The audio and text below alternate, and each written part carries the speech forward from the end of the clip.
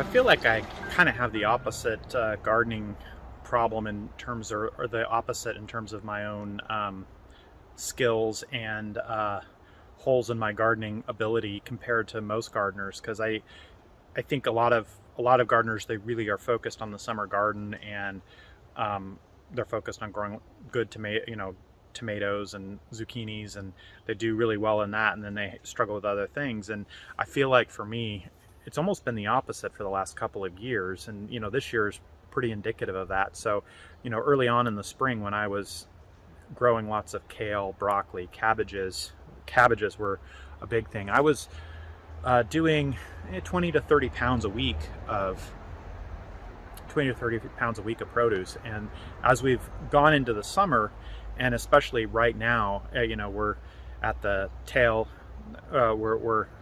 we're finishing off August here, and during this month, for the last couple of weeks and for the next week or so, I expect that our greens will start to pick up, but our greens have been very sparse. So, where I used to have lots of kale, I've continued to have lots of broccoli. I've done prior videos on that the broccoli has been a mainstay, which I love broccoli, so that's been great. But I've exhausted my cabbages.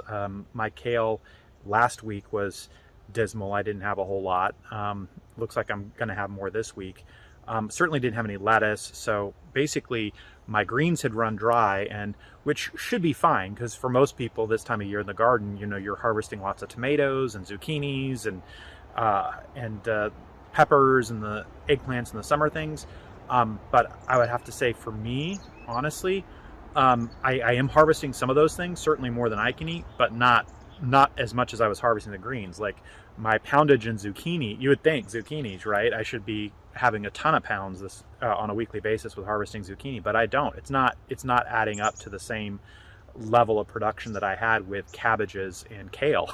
so yeah, I seem to be better at gardening cabbages and kale right now than I am at gardening zucchinis and tomatoes. I planted a lot of tomatoes, but yeah, they're still mine are still pretty late. I've got cherry tomatoes coming in. I've got a few saucing tomatoes, but I've got a lot of saucing tomatoes that look like they'll be great on the vine that are green, and hopefully they'll ripen up as we get into September, toward the end of the month. I'll show you. I mean, not only do I already have greens, kale that is still, for example, in the ground, that it will produce leaves again now that things are cooling down here, but I'll show you kind of my trays and trays of fall vegetables. So I'm now putting the fall vegetables in, and I imagine within the next month I'll be back into harvesting lots and lots of greens soon. Maybe I'm overestimating how quickly things will grow now. So maybe 2 months. Maybe it'll be like toward the mid to end of October, I'll have a ton of fall greens based on what you'll see in my cell trays.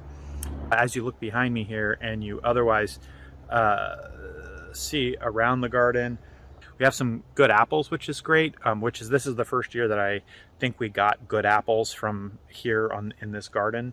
Not a lot, but a few, which is nice, and I think production will increase as the trees mature here. I did have problems with my Asian pears splitting, and everything I see on the internet suggests that that's because of the combination of water and heat growing them too fast. And yeah, it got pretty hot, which would add to the growth. And then I keep the water gardened pretty regularly during the heat, especially. I was watering on a daily basis, so I think that combination just overloaded them, and that's what caused the splitting. But yeah, everything looks great, and frankly I prefer this weather over the super hot weather. So yeah, bring on the greens.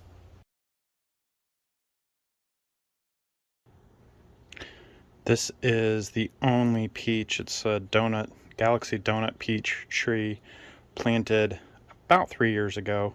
I got one peach last year, and it looks like I got one peach this year.